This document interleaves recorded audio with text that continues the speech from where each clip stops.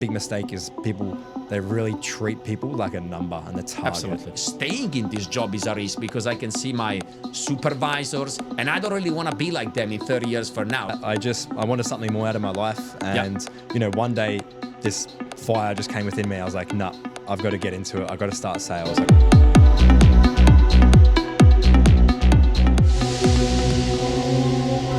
Welcome everybody. My name is Patrick Aday. I'm the Managing Director of Community Collective Australia. For those of you that don't know Community Collective, we are a nationwide sales agency based here in Australia. We have an overall team of 160 people and we generate around $30 million in revenue every single year. And today, as a guest, is Mr. Joseph Bonfa over here. Joseph, you can say hi. Yes, thank you. Thanks, Patrick. Awesome, Joseph. Thank you for being here. Are you excited, by the way? Of course, always. Great. Is this the first time that you're doing a podcast, or? No, it's actually my second time. Second time? Which one was the first? It was one I did for a friend of mine for his business as well. Gotcha. I did that one. This one's the second one, yeah. Thank you for inviting me to that one. Thank you for inviting me.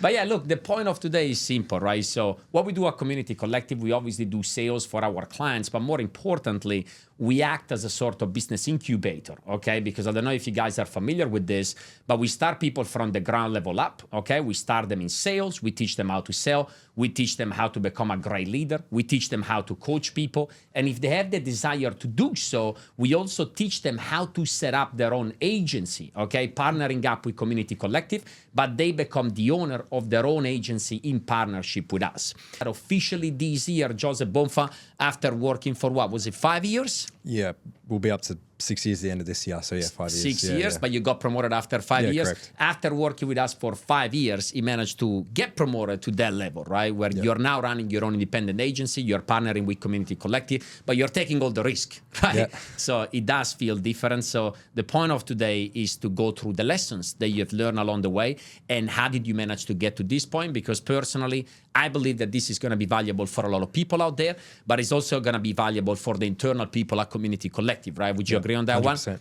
Yeah. But with that being said, Joe, why don't you give a quick introduction about yourself, who you are, where you're from, and then we can get started. Go for it. For sure. So yeah, obviously my name is Joseph, so nice to meet you guys. And yeah, like I started in sales quite a few years ago. So 6 years ago, I started in sales for the very first time. Didn't have any experience at all. Yeah. And I came from a electrical background. So I was actually a Sparky. Yeah. And then I was a machine operator. So I was making beer bottle caps as well at a factory.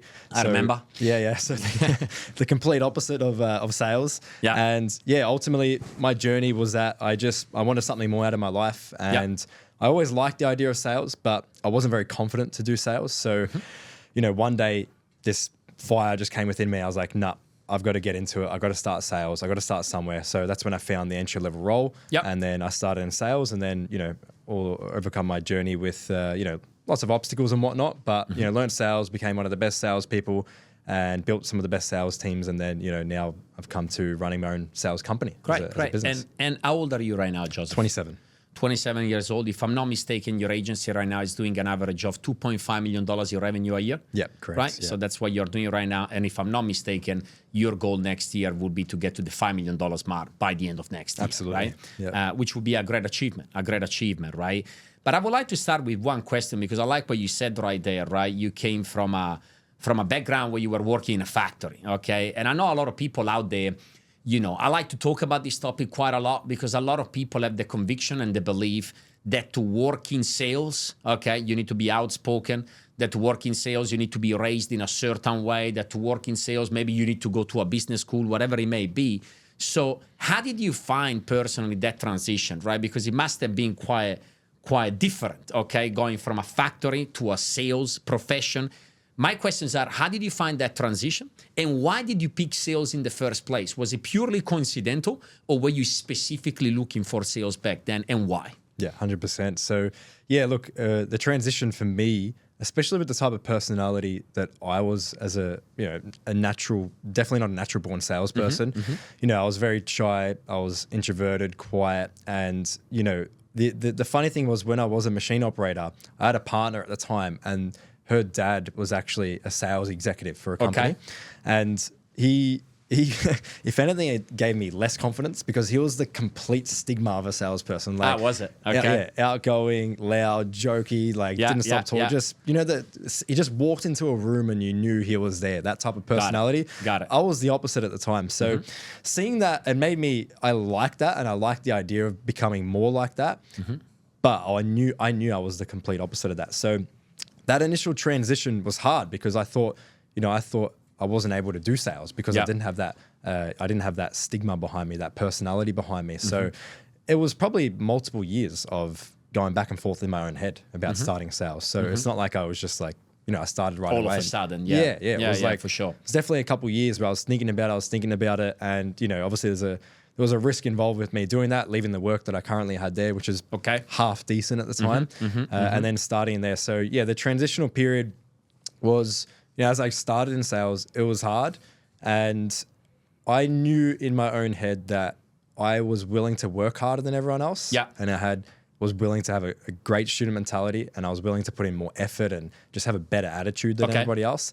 And then I sort of came to the conclusion where if I had those things, well, then I should be able to learn sales. Absolutely. And I came across people online like, you know, Jordan Belfort, and he was teaching sales systems. And that gave me confidence. I was like, okay, there's actually systems behind sales. So all I need to do is learn this, and I could become good at sales. So Absolutely. I started to almost convince myself in my head to do it.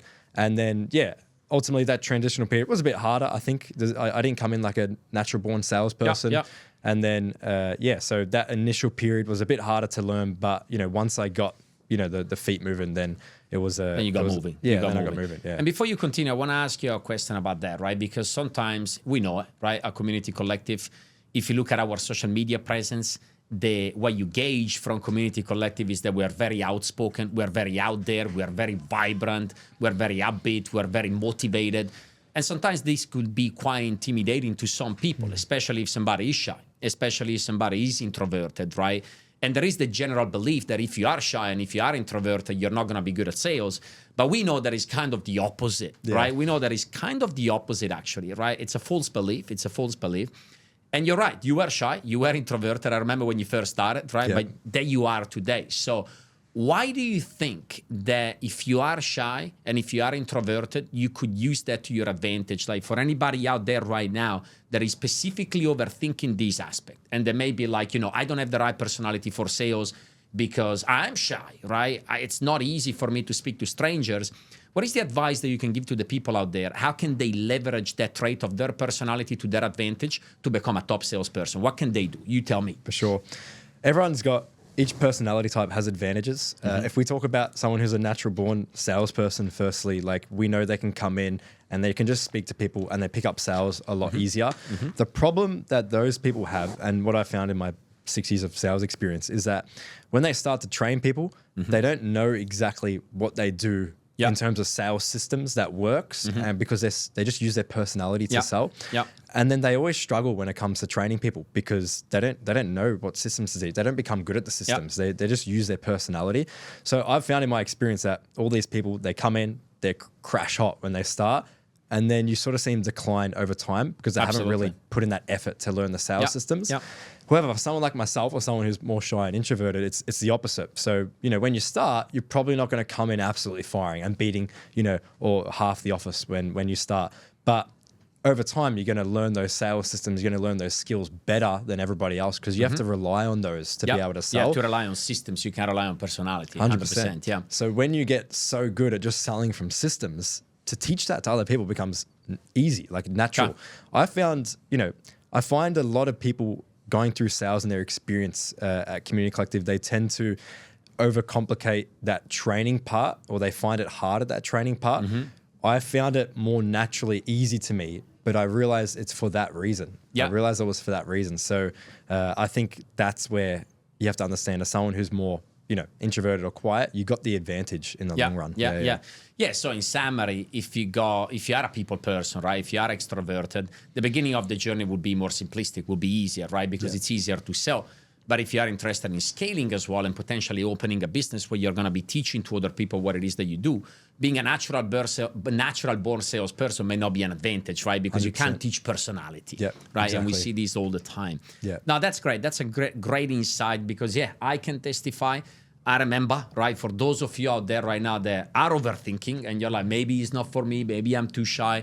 I remember when I personally started working with Joe and I was coaching you at the start, sometimes I did find it difficult myself to communicate with you, right? Because I'm not gonna lie, mate, you are not an open book, right? It's quite difficult to see what it is that you're thinking. Yeah. And I remember a lot of people back then, they were telling me, this guy is not gonna get it, he's not gonna get it. But you showed up every single day. You never took a sick day. You were working very, very hard. You always had a plan. You were always listening. You always took a lot of notes. So even though the results were not there, the actions were there, which is why I had a lot of confidence, right? So what I said before is very true. If you are a good student, if you're willing to work, and if you have the mental resilience, ultimately you're gonna get it. Would you agree on that one? Yeah, 100%. Like that's really all you need as a salesperson is Great. to have a great attitude, have a great work ethic, be the best student in the building, and it will come. You might pick it up. It might take you longer to pick it up, but ultimately that's really all you need to become a great salesperson. Just learning the systems. Yeah.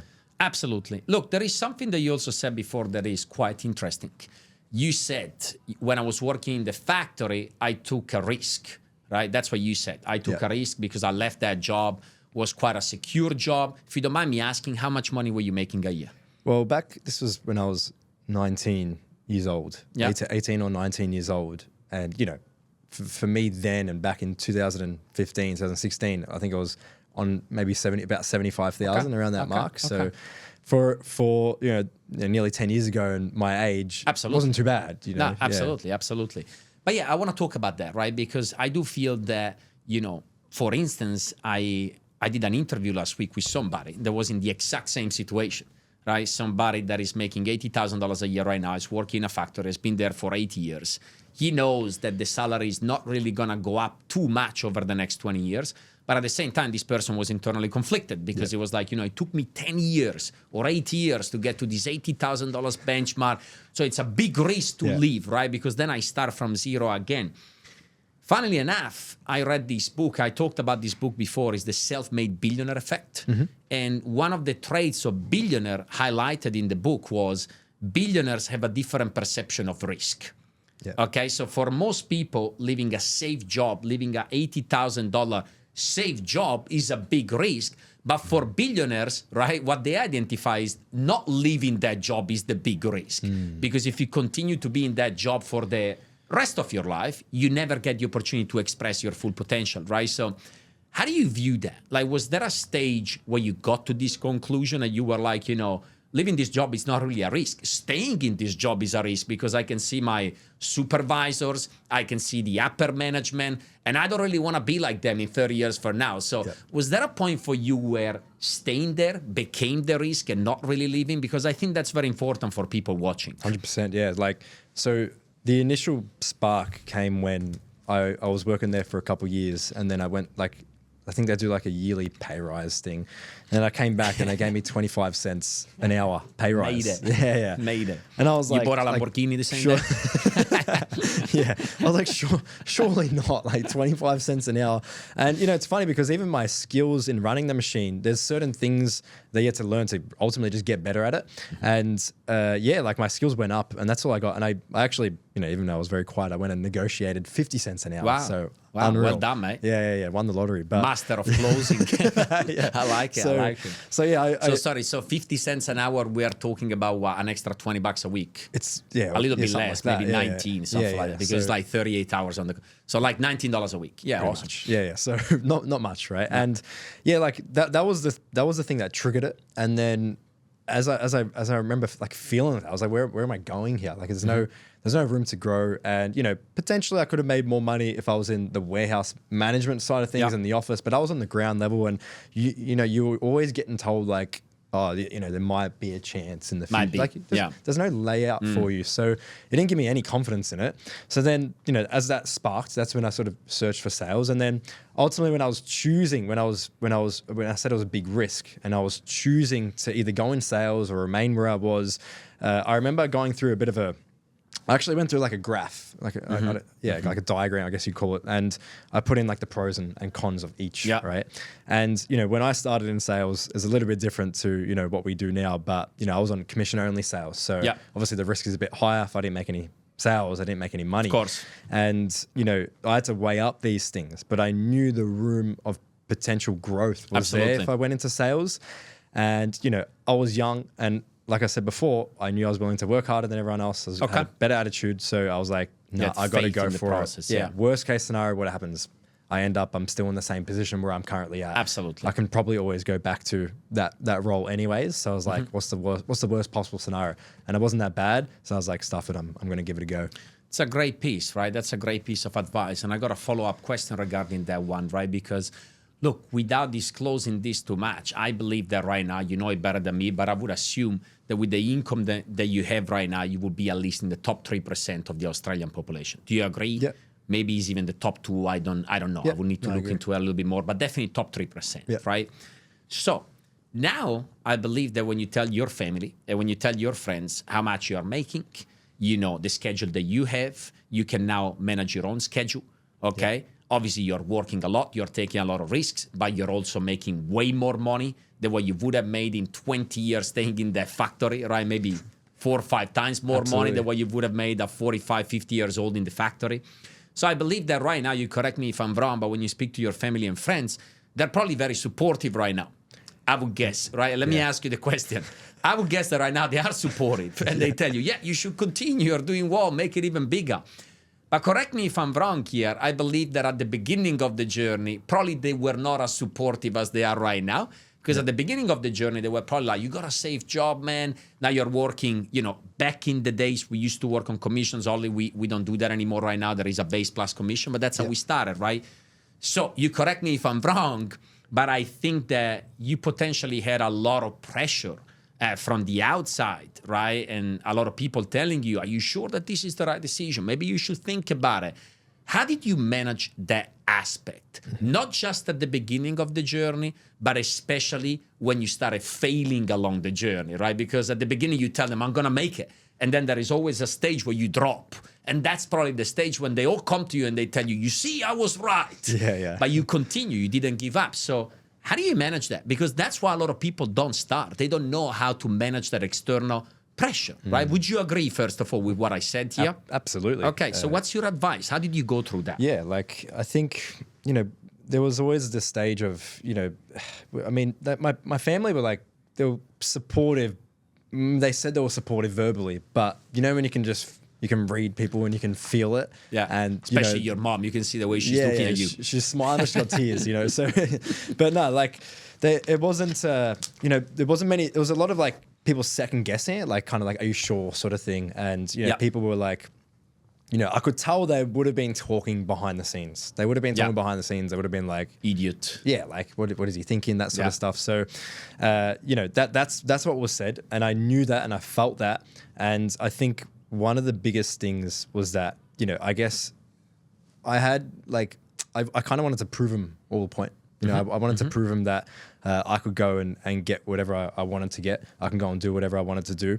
So I think for a big time, it did become a bit of a pride factor as well. Yeah. And you know, ultimately, I guess managing that was just that pride. It was like, no, I'm going to show you. I'm going to make this work. I'm going to do it. I'm going to do well.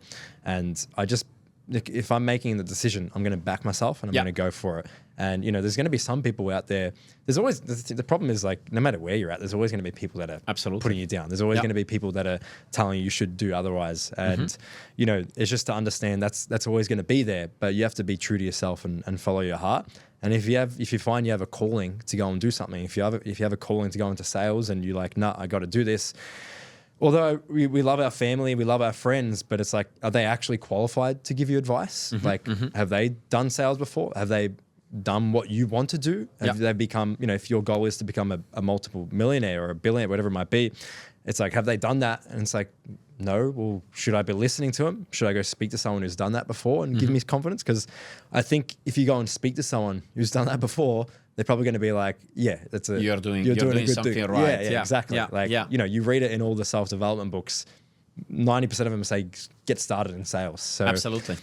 So I think like it's just back yourself and like I had pride in showing him and proving him wrong. So that was a major thing for me. And in terms of the other question as well, so I guess along the way, how do you deal with them on those setbacks that you have? Because there's always going to be setbacks. Yeah, good question. So I think it's just the same. Like, you know, their words are gonna be louder whenever you're not doing well, and their words are gonna be quieter when you're doing well. Absolutely. It's just always how it's gonna go. The quicker you understand that, and the quicker you come to terms with it, is just moving forward and moving on. Like, there's not really, there's not much more I think to it. It's just understanding. Understanding Love it. Yeah. And I think you made a very important point there, because pretty much you said, don't let your emotions or your emotional connections that you have with people getting on the way of your rationality, right? Because realistically, you should only be taking advice from people that are actually qualified to give you advice. Yeah. Right? Do you know what I mean? Sometimes we see here as well, right? Sometimes we are coaching people about leadership or about making money, and then they come to us and they say, you know what, but my cousin told me that that's not right. And then we ask, what is your cousin doing? Works in construction, is employed by a company. And I'm like, look, with all due respect, if your cousin is giving you advice when it comes to construction, listen to him, but maybe he's not qualified to give you advice about this. Sometimes we just assume that family is good for everything, but that's not necessarily true, right? Yeah. So, like, we have to, of course, you always, it's easy to listen to your family because you think, you know, obviously you love each other and whatnot, friends and family. But sometimes they just don't know. Exactly. And, you know, there's many things that you'll listen to them for which will be positive, but you have to have that mindset where you can separate that and be like, no, that's great, but let me get advice from this person. Yeah. Respectfully as well, right? Because I like to give my example. My mom, great mom. So if my mom is giving me advice about how to raise kids, you can see the final result here. So probably the best mom in the planet, right? But if she's giving me advice about how to raise kids, I take notes. Yeah. If she gives me advice about how to run a business, I smile, I nod, I don't say anything disrespectful, but then I literally do the opposite. If my father, after getting divorced, I lost the count by now, but after getting divorced a few times, gives me advice about marriage, I'm going to nod, I'm going to smile, but I'm going to do the opposite. Yeah. But if my father gives me advice about business with what is built, I'm obviously going to listen, right? So it's about being able to identify, you know, what is somebody good at? What should I listen to, right? Yeah. And the answer is not always necessarily they know everything just because they're family. I think that's a very important point, right? It's like learning, when you want to learn a new skill, the most important thing, like we talk about like practice and repeating something and repetition, and of course you need those things, but if you need to learn a new skill, you need to have the right access to the right material that you have to learn, because you know, if you learn something new, that's not the correct thing. You can practice and repeat it all you want, then it's a bad habit. The same goes for learning something off someone or getting advice from them. If they don't have the right material, if they're not qualified to give you advice, well, then it's probably not the right thing. Okay. Look, my next question is about the importance of having a mentor, right? Because you and me have gone through a lot. A lot, right? So when you started working with me, I wasn't even in the best place. Let's be honest here. I don't want to get into the old story, but I just came from a very big failure, probably the biggest failure of my life, which then set me up for the biggest success of my life. But that's when you started working with me. Then along the way, COVID happened. You know, also we live in Melbourne. I don't know if Melbourne has the record worldwide for I think we do. It's either the first in the world or the second. Like, what is it? Almost 2 years, 1.5 year lockdown? Yeah, I think we're the first. Okay, maybe the first, right? So we had to travel a lot. Okay, we have gone through a lot of challenges, a lot of setbacks, like I'm talking a lot. Yeah. And you're probably the only person, when I started my new journey back in 2019, not probably, you're the only person back then in January 2019 that is still here today, right? Yeah. So you have seen everything. Why did you stick around? Because there were moments where we didn't know what was going to happen, right? There were moments where, you know, we didn't know if you were going to succeed. Why did you stick around? What made you believe? I think it came back to, you know, it's like, why did I start in the first place? Well, I started to learn sales, become one of the best salespeople. And, you know, from the progression structure that, you know, you were offering, I wanted to do it. Like that's what I wanted to do. So, you know, when it came to these things, when, you know, maybe the office wasn't where it should have been and, you know, things could have been better and a lot of people were leaving at the time, I just had, like, it's like goes, in fact, what I said at the start, like if I was going to leave that machine operating, you know, the job that I was doing and do this, it's like I had to fully commit to doing this and get it done. Yeah, of course, there was times where I did quit for a day, and there was times where Twice. yeah, correct, yeah. I didn't let Quit you. twice. I didn't let you, thankfully. That's right. And there was times, there was many days where I just wanted to give up and not come the next day. And it's just like, why do you end up always coming back? Is because I committed to myself on a job that I was going to do here, and it's like, am I going to leave and not complete it? What everyone should do is like, no, let's go and complete it first, and then if I don't like it, then I can make a decision to leave. Quit the same day, right? Yeah. Quit the same day. And I remember that moment, right? And I think that's a very important lesson. I remember we were in the office was in Richmond, if I'm not mistaken, right? Yeah. And you sent me down With at the the slide. cafe. At the cafe, we went to the cafe, and you sent me down, and you said, "I'm quitting." And I said, "No, you're not." And you said, "No, I'm quitting." And I said, "No, you're not." And you said, "I'm actually quitting." I was like, "No, you're not." Let me ask you one question, Joe, right? If your situation right now was, I gave you something along the lines, if you had a team of 10 people, if you were making this amount of money, if you were proud of yourself, if you were a good leader, if you were doing this, would you be quitting right now? And you said no. Yeah. And then I said, well, so let's get there. Exactly what you just said. Let's get there. Let's get promoted to that stage. Let's do it together. And if you don't like it, quit the same day. Whereas a lot of people, they always assume that they know what it feels like being there. And they're like, I don't want to work hard. I don't want to get promoted. I don't want to run my own company because that's not for me. And he's like, well, you never done it. Yeah. I did the same, by the way. Like, I did quit at the beginning of my career. And my mom told me that. She was like, why did you quit? Like, are you sure that it's not for you? And I gave her all the reasons. I was like, yeah, Mom, because A, B, C, D, E. And she was like, but have you done it? I was like, nah. She was like, maybe you're going to love it. I was like, yeah, but. She was like, no, but. Get promoted. Do it. Get there. If you don't like it, quit the same day. Quit on a high, never on a low. Would you agree with that mentality? You must have the best mom in the world, I reckon. Best mom. Like I said before, probably we should interview my mom and how to be the best mom in the world, right? So coming up next, my mom. Yeah, but anyway, what do you think about that piece of advice? Yeah, like, it's funny you're saying that because I remember when I quit, my parents were like, oh, yeah, it's too hard, we move into something else. And then I was like, wait, why are you telling me this? Like, I got a bit annoyed, and I was like, no. I think I need to go back now. Yeah. I got a bit annoyed they were saying that. Like, you're not meant to be telling me that. So yeah, like, I think what you said before was 100% important. Like, if you never experienced it before, how do you know what it feels like, and how do you know you want it? Like, so many people judge things before they try it. It's even like a food. Like, oh, I never tried oysters before. I don't think I'll like them. Yeah, they look weird. And it's like, maybe you should probably try it first, right? So it's just. And whenever people try them, by the way, they're always like, oh, they're actually nice. Yeah, they're not bad. Yeah. Most of the time. Yeah. But it's like the story what you said as well. There was a couple times where I quit. And of course, obviously, you helping me, understand my mindset and what I wanted was what helped me continue as well.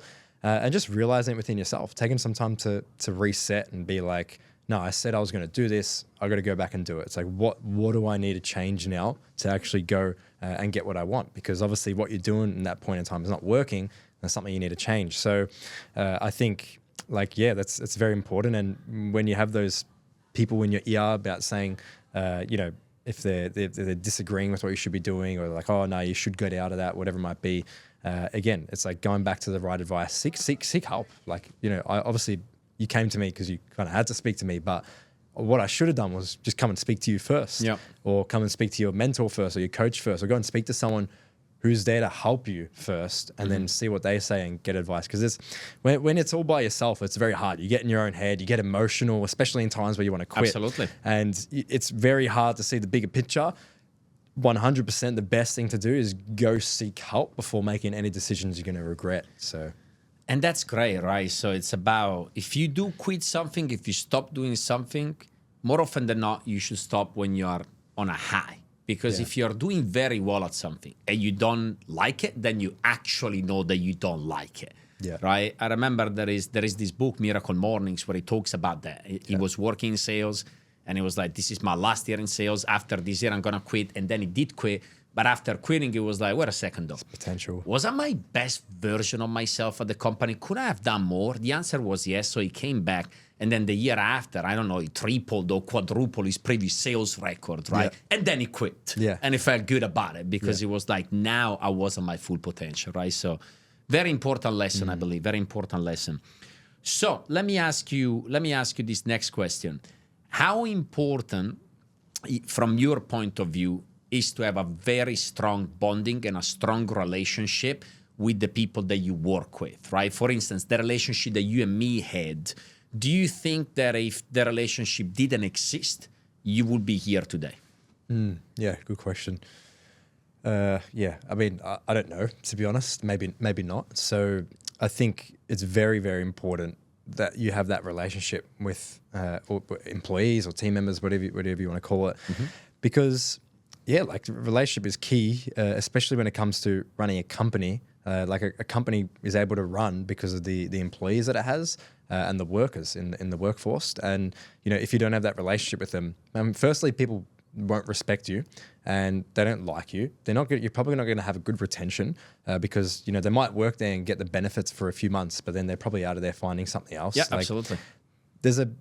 I believe that if you have the right relationship with people and, you know, obviously it's genuine as well, you know, there could be many other offers on the table, but the reason they're going to stick with you is because of you. Yep. And, you know, obviously as long as you're promoting something where there's something in it for them and they can move up and you're serious about that, then that relationship is key in order for them to keep being there. Because no matter what it is, like every one of your employees, if we're talking about going on a journey of success and becoming in the top echelons of what they want to do, is that they're going to go through many failures and they're going to go through many obstacles. And it's like, well, what's going to keep them around is 100% the relationship and what you've told them. Yeah. Absolutely. It's the old say, people don't care about how much you know until they know how much you care, right? So I personally believe, and I'm going to ask your opinion about this, but from my personal point of view, having strong relationships is a must. It's such a huge competitive advantage.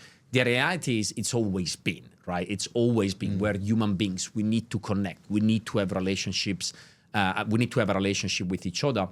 But I also believe that nowadays, like right now in the current market where technology is so prevalent, where artificial intelligence is so strong, where innovation, automation is coming into the equation more and more and more, and it's only going to get bigger in the future.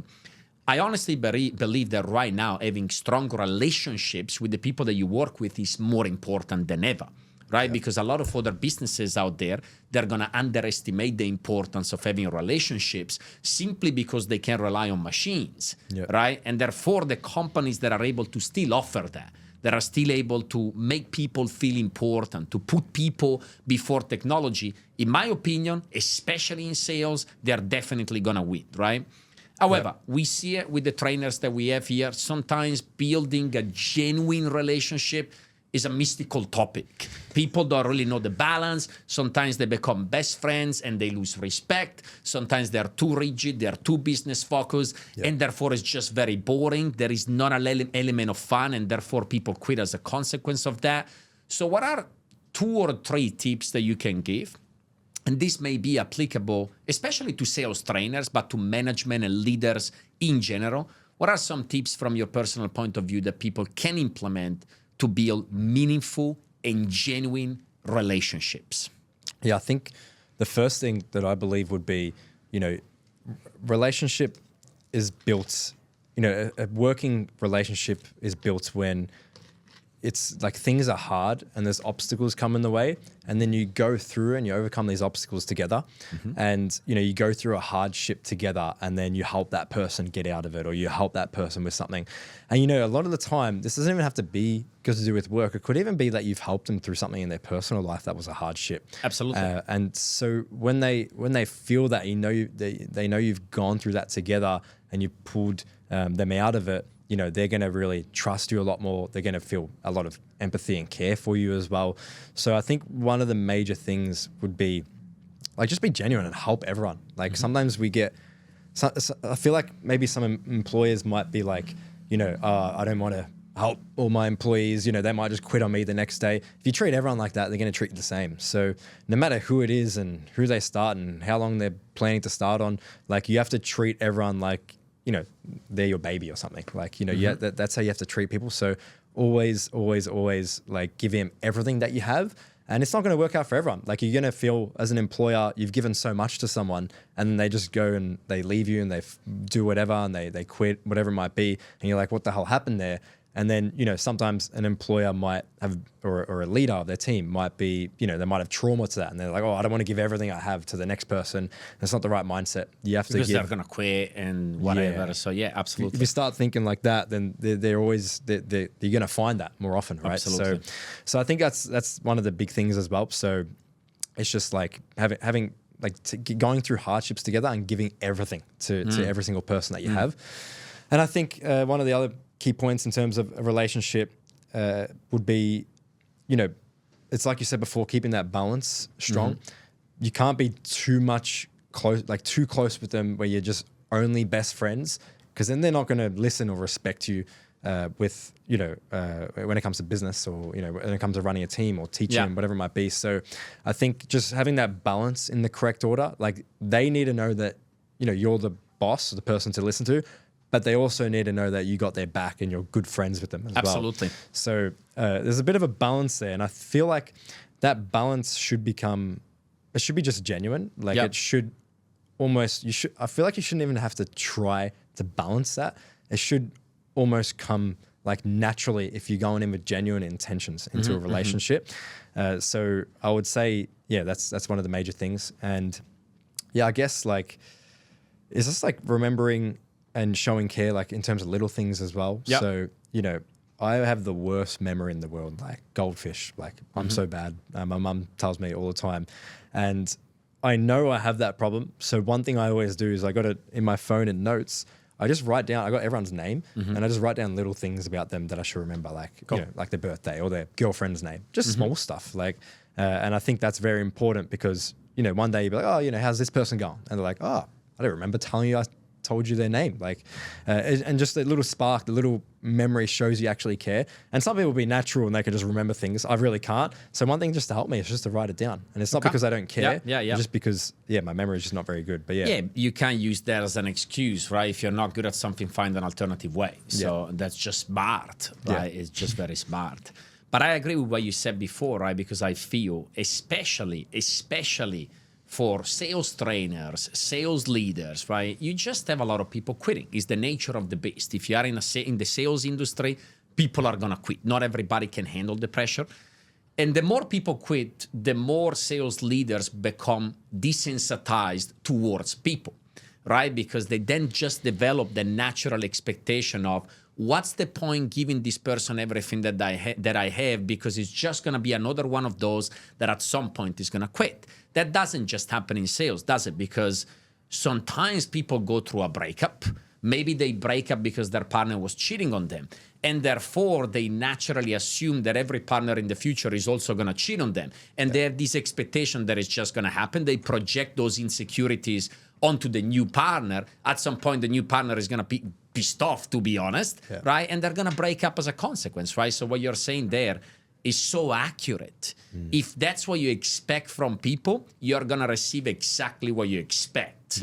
Because if you have the expectation that they're going to quit anyway, as a consequence of that, you're not going to give them everything that you have. And if you don't give them everything that you have, they're going to quit. Right? So that's a big lesson. Big lesson. Don't become desensitized towards people and treat every new person coming into your business, as long as they have the same values as you, as long as they stick to the basic expectations of the job, treat every new person that is joining your business as the next big thing. Because if you do so, they can become very likely the next big thing, right? Yeah, and I think a lot of people, sales trainers, they tend to treat people sometimes like targets as well, or just numbers.